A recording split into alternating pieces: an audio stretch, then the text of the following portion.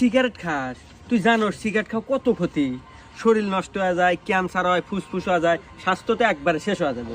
শোন বন্ধু, তোকে একটু বুদ্ধি দেই, আমার কাছে একটা মেয়ের নাম্বার আছে, তোকে সেই নাম্বারটা দেই, ওই মেয়ের সাথে প্রেম কর। আর প্রেম করলি পারে তুই সব সময় থাকবি ফুরফুরা মেয়ে আছে, আর রোমান্টিক মুডে থাকবি অল টাইম, তোর সিগারেট বিলে মনই যাবে না। তাই নাকি বন্ধু?